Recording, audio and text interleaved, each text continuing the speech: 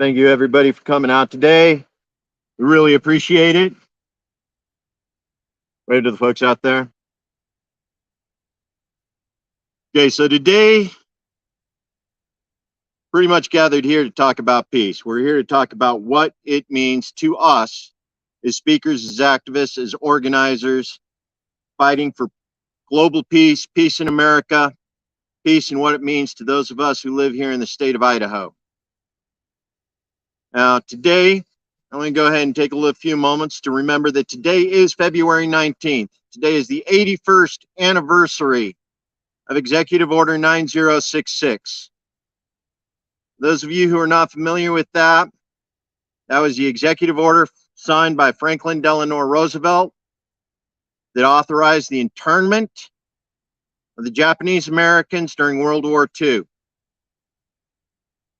Now, Idaho had no less than 2 internment camps here. We had Camp Minidoka and another one up in northern Idaho. This is a concern because this represents not just the issues that happen here in the United States, but the fact that it does have an impact on those of us who live here in the state of Idaho. And what that represents as far as our military, our civilians, and what has become a refugee resettlement facility here in the United States for the last 50 years, ever since we started accepting refugees to the Boise Valley in support of refugee resettlement with the boat people from Thailand and various other war refugees, ironically, that have had to flee U.S. military coups and national coups around the world.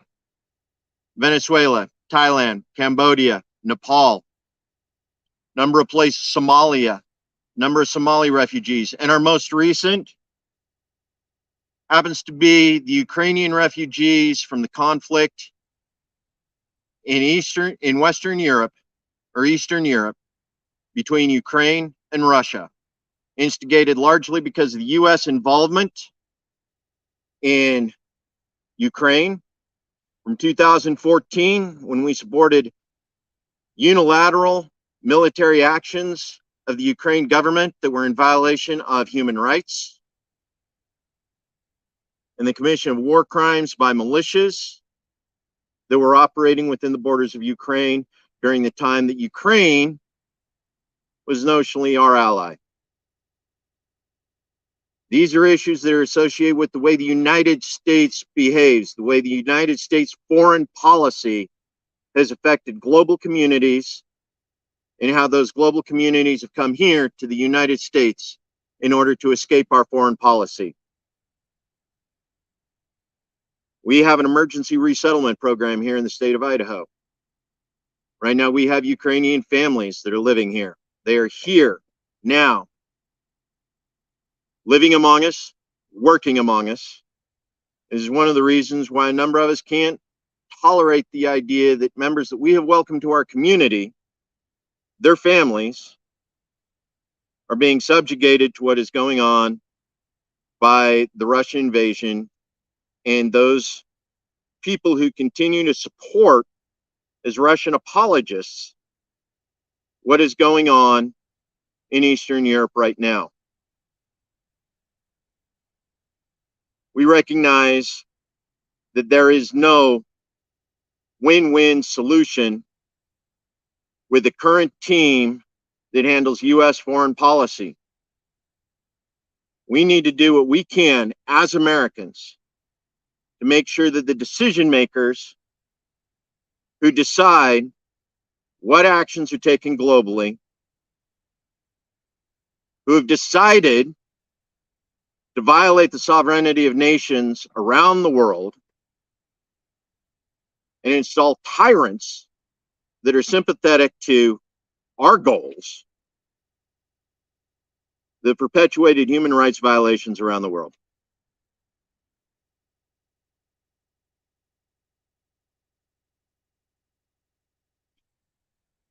These are things that need to be resolved. These are things that cannot be resolved, will not be resolved by those we currently have sitting in the high offices here in the United States. And until we resolve these issues as Americans, war crimes, human rights violations, as well as the continued deterioration of life here in the United States as we continue to spend our best, brightest, and our national reserves fighting wars abroad while our interior deteriorates, while our schools deteriorate, while our hospitals, our medical, our healthcare deteriorates, while our trains continue to derail around America at an increasing rate. Currently at 4 trains a day derailing around the United States because we have persisted in spending $1 trillion a year in the war machine.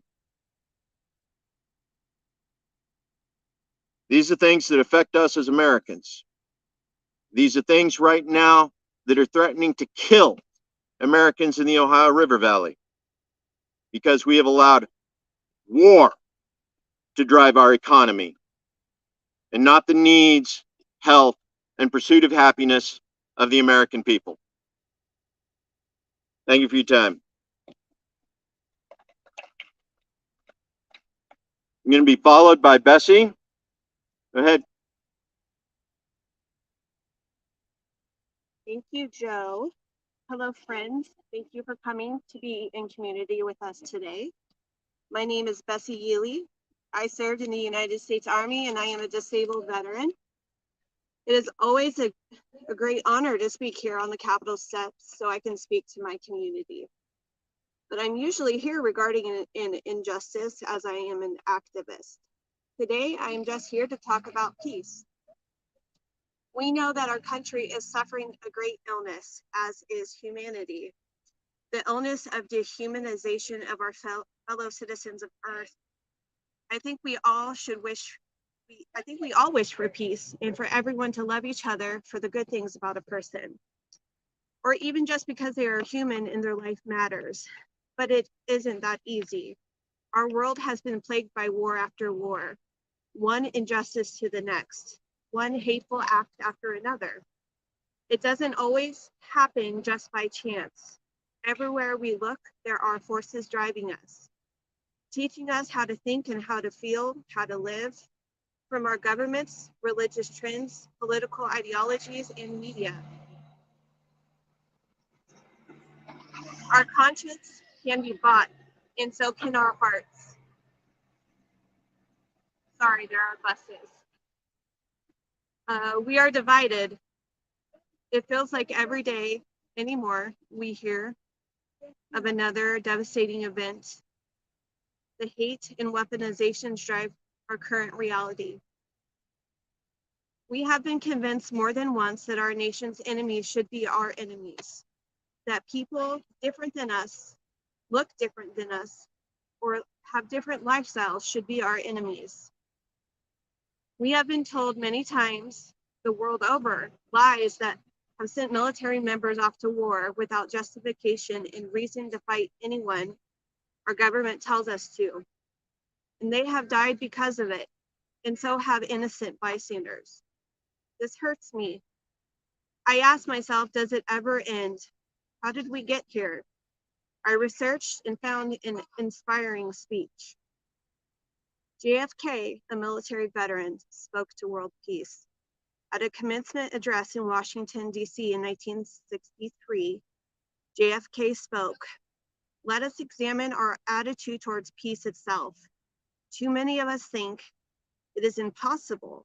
Too many think it's unreal, but that is a dangerous defeatist belief. It leads to the conclusion that war is inevitable, that mankind is doomed, that we are gripped by forces we cannot control. We need not to accept that view. Our problems are man-made, therefore they can be solved by man.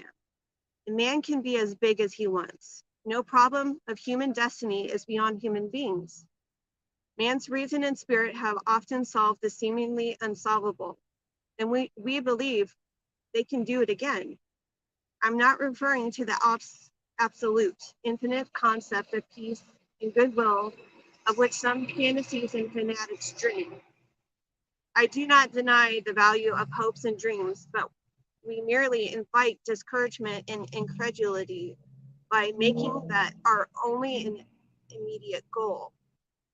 Let us focus instead on more practical and more attainable peace, based not on a sudden revolution in human nature, but on gradual evolution in human institutions, on a series of concrete actions and effective agreements, which are in the interest of all concerned.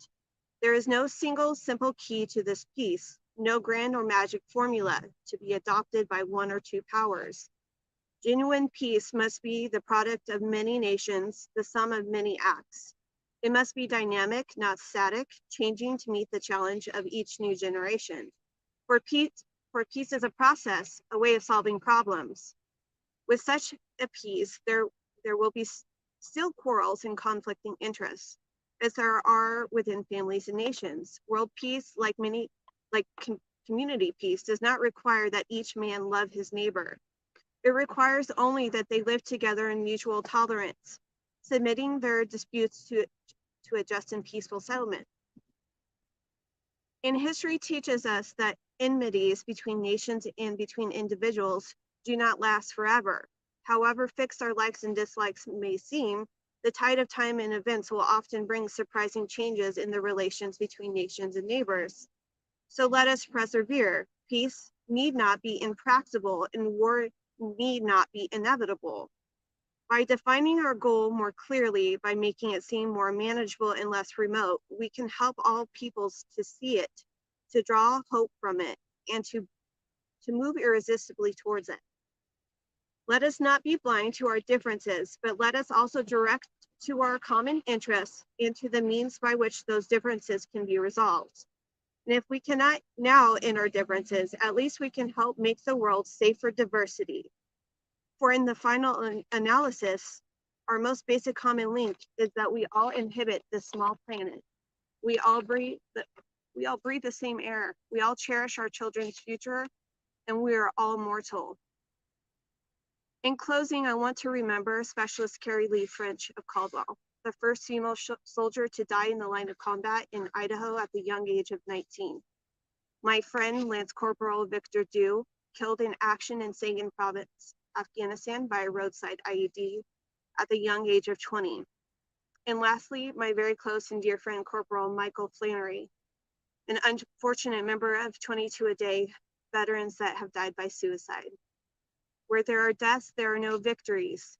The effects of dehumanization, the blind intolerance to fellow man, both lead to roads of suffering and despair. There will always be someone who pays the price of loss from war.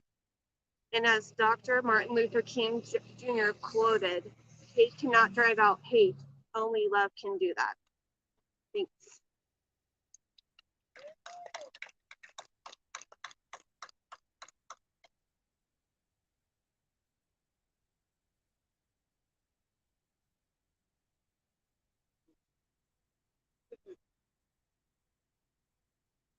Our other speaker's going to take a little time off and we'll probably come back a little bit later. One of the things I want to remind everybody about right now, defend the guard. Defend the guard is a bill that's going to be presented by Ben Adams, again, for the third time in Idaho legislature again this year. Ultimately, the Defend the Guard bill's purpose is to prevent Idaho guardsmen, the Idaho militia, from being called up to fight an unconstitutional war for a president of the United States that does not appreciate the sacrifices of the American people or the residents of Idaho. Comes call to action is one of the few that we were able to support, actively engage in here in the state of Idaho. And that is support Ben Adams in Defend the Guard here in Idaho, in the capital, in Boise. In addition to that, we continue to see other actions across the United States, including Bring Our Troops Home, which is sponsored by Dan McKnight, who's currently in Washington, D.C. Thank you, Dan. This is the idea that U.S. service members do not belong stationed in foreign countries. They are the defense of our nation. not the projection of an American empire. Bring our troops home. Thank you guys for your time today. We'll catch you a little bit later.